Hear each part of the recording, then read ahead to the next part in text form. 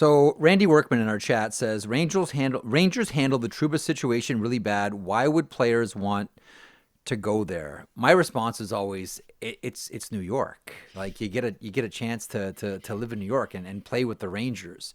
Can you explain if you agree with that? Can you guys, Chris, we'll start with you, the allure of playing in the Big Apple?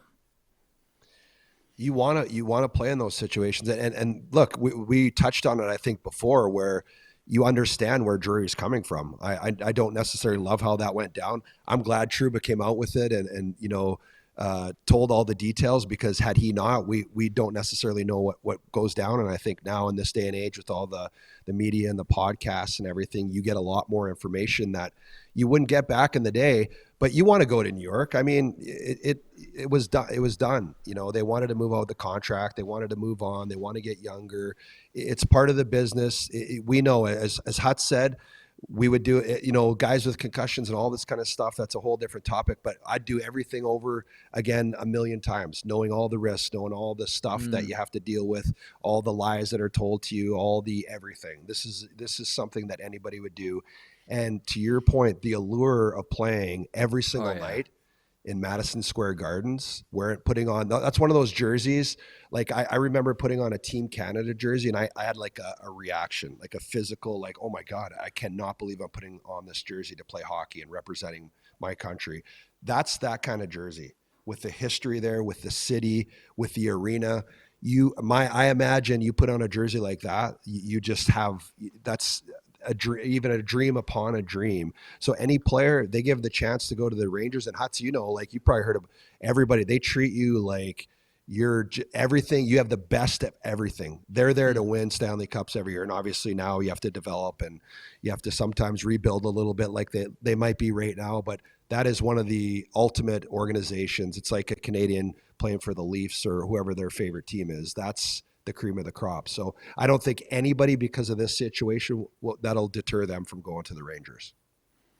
No, I don't think so, with that tradition and history there. And again, I think as a player, I don't think it's going to deter people from going there. There's always that ugly side of business, right? Especially the hockey side of it. And every team has a little bit of trades that went wrong or guys that went out. I think earlier in your career, maybe a funny story that comes up when we talk about this. I remember playing in the American League with Alex Stalock. He was my goalie partner. I was his backup. There was a year he got stepped on. He was out for a year. So we became good buddies. We used to joke around about, would you take a 10-year contract right now for $100,000 a year? And at that point, I believe I was making $45,000, right? Playing in the American League. And I was like, yeah, like, of course I would. That's unbelievable. Because I was this guy that just kind of made it, like, last minute. And I thought this was like 10 years at 100K. I was like, boys, I'm going to be like the richest guy in my neighborhood. And then looking back on it now, right? It's like, but I think it's all perspective and experience. And then as I start to grow, I'm like, I would play for any NHL team. I would go. And then all of a sudden now I have a few good years. I remember Mace. I think Mace was more of my agent when I left Nashville. I would talk to him all the time, being, trying to figure out where I'm going to go and what I'm going to do. I went to St. Louis 2 years. And now all of a sudden, now I'm negotiating with Buffalo, and I have all these teams. And now I'm figuring out, what team's going to give me the best term? Where's the best to raise a family? And now I'm being all selective in this process. I think your perspective changes as you age too, as you earn the right to do that. But I think early in your career, majority of players, I know it's changed a little bit now. These younger guys have a little more arrogance.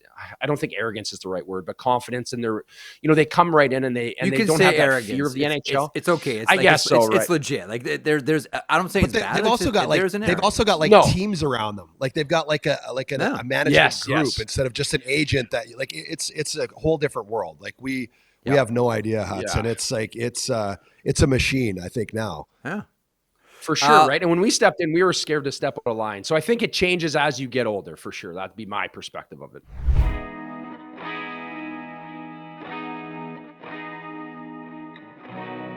If you enjoyed that video, and we certainly hope that you do, please hit the subscribe button right there here at Daily Faceoff. I will put this lineup up against any hockey lineup anywhere. It all gets underway at 9 o'clock Eastern with Morning Cup of Hockey. That is Johnny Lazarus. That is Colby Cohen. Then at noon, it's DFO Live. And then 3 o'clock Eastern, The Sheet. Get caught up on everything in hockey.